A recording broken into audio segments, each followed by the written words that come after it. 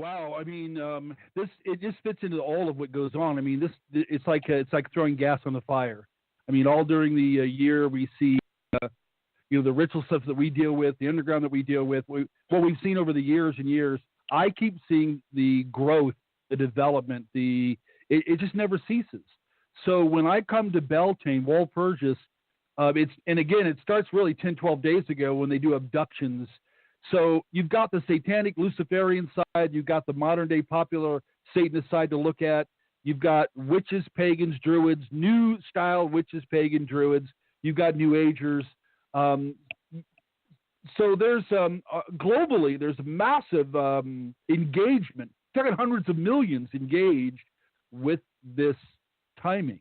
Now, last night and then today, it's the big stuff. Last night would have been human sacrifice. Today, again, whether you're looking at, if you're looking at Wiccans, that's one thing. If you're looking at pagans, and they're gathering, whether you go back to Scandinavia and Germany and Italy and all the rest of that, but we bring it here today. They're gathering. It's all about engaging the spirits ultimately. But as they open the doors, that's one thing. But when we deal with the underground, that really opens the doors. These are coordinated. I'm going to tell you that I would believe we're talking 10, 20 million on a global scale did rituals last night and maybe today too. Let that sink in. 10 to 20 million people engaged in occult rituals just last night, we'll say. Wow. All right. 10 to 20 million. That's unbelievable. Now, okay. What about the human, and I don't even know how far or if you want to get into this. You had mentioned the human sacrifice. Yeah. What are we looking at there? Yeah, that goes all the way back to the Druids too, and it's what modern day Wiccans and Druids don't want to tell, or modern day Wiccans and pagans and others. They don't want to get into this too much, but the history of it goes back, to those origins of the gods and goddesses, giving them, appeasing them in the changing of the seasons, depending on what that appeasing is. You go back to the Old Testament, you got human sacrifice. You go to real Luciferians, and they are the real satanic ritual abusers, the ones that have produced 100 million victims worldwide. That means that they are going to do what they did in the days of Moloch and the Baals. Their books prescribe in detail human sacrifice. That side knows the number one way to get the dark, powerful demons from that side to this side is through human sacrifice, through the blood sacrifice. We can go to the details about that. It's ugly stuff, but that's Chichen Itza. That's the ziggurats around the world. That's in the days of the Nephilim. Anywhere you go in the world, they did this. The Aztecs, 140,000 human skulls on racks. The Mayans, 50 to 70,000 human sacrifices just in the last few years. Badelsburg Castle, the Saxtons, it goes back, they call it Neanderthal skulls, most likely Nephilim skulls, but they did human sacrifice there. So there's a global history of this, but it's the underworld, Doug and Joe. It's the underworld that knows that this is their powerhouse. This is their place of power, human ritual sacrifice and the blood that's shed. So this would be like their Christmas, if you will. In a real sense, yeah. Anything that we do, in a public sense, they want to do the opposite underground. Even and I would say again, when you come to October 30th, 31st, when you come to All Hallows Eve, you're going to have the same thing. Now, anybody can look up just look it up, Satanic Ritual Abuse Calendar. Open Scroll has one of the best ones. It goes back to somebody else that produced it. Now, back in the days when we did this and I was in as a police chaplain, nobody had this. Now it's on the web, but these are the dates. And you're going to see human sacrifice all year long at different times. You're going to see sexual sacrifice, blood sacrifice. You're going to see all kinds of rituals. Satanic revels, demon revels. And then you've got Bohemian Grove. which everybody's focused on July 15th, and that's important because there's been revelation about it. That's a real human sacrifice. But where there's real human sacrifice and the demons, and this is what we don't, and not that we need to understand the dark side.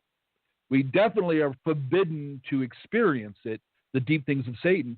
But if you go to Bohemian Grove, the norm would be, okay, the 15th of July, they do the human sacrifice, the cremation of care. They summon demons to put on all the world leaders. But during the year, they're going to do rituals all during the year. You do not have a high place only opened up once a year. That's running constantly. And here's a premise. Because it's not just the tens of millions of practitioners that we've grown into now. It's the other side that has an agenda to get here onto this side to lead the world down the road to Armageddon. What we're talking about right here has everything to do with Armageddon, by the way, and leading us ultimately there. So human sacrifice is the underworld's number one way in which they draw spirits and open the door for them to come across. And I can talk about the 5 primary reasons if you want me to. Yes. In fact, please. And they're not good. I mean, I'm going to, like I told you about what we have here, I'm going to show you slides. I hope next time down the road we can set up the slide thing and I'll show you. Not that we want to show everybody else, but when I was in the police academies and stuff, we saw these slides. I have a lot of them now. Somebody just wrote me on Facebook. They was asking, because I talked about, you might have heard me talk about the girl, the pink head. Yes, but for and you may have seen it. I don't know, but it's a law enforcement film, right? And I saw it first at Def Tech in Geneva, Ohio, years ago. Teenage girl, run away, got involved with some satanic stuff. They drew her into a satanic meeting. Of course, what ultimately comes out is that they sexually abused her, tied her down. Is it okay to tell you everything? Yes, go ahead. I mean, I know the story, so I don't have a problem. I don't think the audience would have a problem with that. They cut around her ears and around the back of her and underneath her chin, and they peel her face and skin and everything off. So in my mind, I still see, and it's emotional for me, I still see a teenage girl's pink head. Right. They cut just her head. And so, and I've seen other slides. I mean, I've seen slides with pentagrams carved in the chest and arms out, tongues out, left hands cut off. You know, we've seen so many of these ugly, brutal things, and we've been told by the victims of so many, we've been shown pictures. Victims will draw pictures and stuff. They're not as bad, but to see some of it, and to know they do this to babies in the Black Mass, the real French version of the Black Mass involves the slaughter of a baby, and the slaughter of an innocent is big to them. So, you know, this is real huge stuff. Number one, they do the physical secrecy because they know it's crime. This is not Chichen Itza. This is not the Aztecs. They can't do it in the public square as of yet. So it's all underground, hidden, like Moloch, like Baal. But it's done nevertheless. And listen, and it's very important. They don't kill dead bodies. Always in human sacrifice, they're alive. And describe to me, and the confiscated materials and Books of Shadows talk about how they do it slowly so as to create the highest levels of torture, to bring about the highest levels of pain and terror and fear, and then sexually manipulating them to draw up the human energies, as they call it, so the demons can come and grab a hold of this. And then when they kill the person, of course, then supposedly they're to get the favor of the demons that they just appease. What we might have glanced over in the Old Testament, we have huge human sacrifice in the Old Testament. Huge. This is why there's major scripture that forbid engagement with sorcerers, wizards that peep, and necromancers, and the slaughter of their sons and daughters, like Manasseh did in 2 Kings 22:23. So you have the Old Testament packed with this all around Israel. They're doing human sacrifice. Any deep study will show you this is linked to the Nephilim, by the way. And I believe the Nephilim on a global scale, the ziggurats, the pyramids, the temples, the architecture of the Nephilim included a daily and a nonstop human sacrifice, because it was like the gas. It's like the gas pump demonically, the fueling of their power, the building, the infusing of new powers and to kind of seal their demonic development of civilization. So we can look at old civilizations and see Nephilim-oriented, demonically developed temples and places, and I mean, look at Chichen Itza. That's all based on the realm of the demonic side, and Quetzalcoatl most likely was Nephilim, and they did thousands of human sacrifices. You go to the cenotes, the little pools of water, dive in. You're going to find human skulls and skeletons, teenage girls that were throwing themselves to the demon gods, convinced to give themselves as virgins to the demon gods. That's what that side does in subjugating and tricking God, humanity, lost and separated from God. So they're doing this to draw.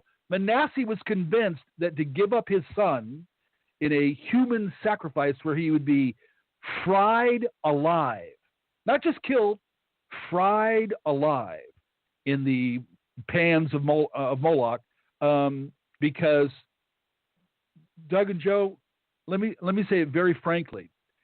I don't even think the church understands the dark, hideous nature of the demonic and satanic realm. What they are. They revel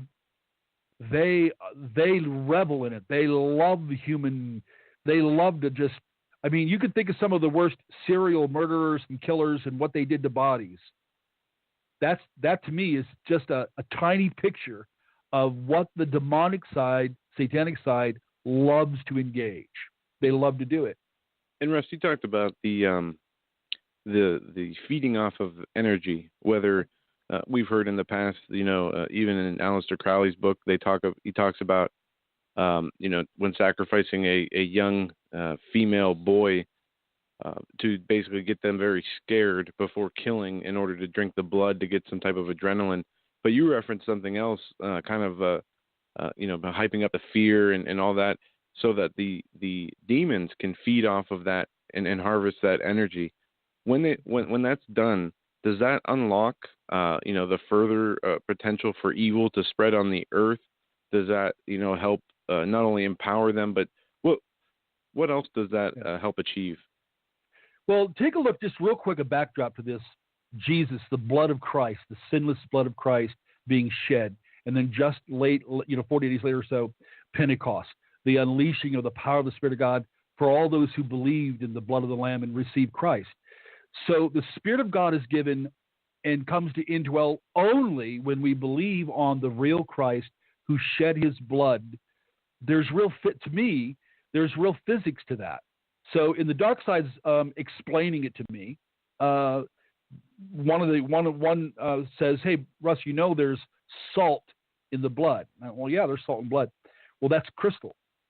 You know that demonic presence can be conjured and put into crystal and put into gems, just like the throne of God in Revelation 4 and 5. The presence of God just seems to be enveloped around crystallite, sapphire, and so forth, onyx. So and Satan in Ezekiel 28, his tabrets and he all the gems that his presence embedded, he was created with these gems. So it seems as though his presence emanated through and had some kind of there's some way, the physics of coming through that. Well, in the I think this is just my opinion now. I think the demons who inspire the people and subjugate them in their blindness and stupidity and lead them into thinking this is good, this is okay, they're going to get things, take these kids, take these people, do the sexual stuff. That raises sexual energies, but that's not enough. Now, they have sex rituals, and they can transfer a demon from a priest into a victim through a sex ritual. They all know that demons can be transferred in a sex ritual, in a perverted sexuality. But they also know that the number one way is then in the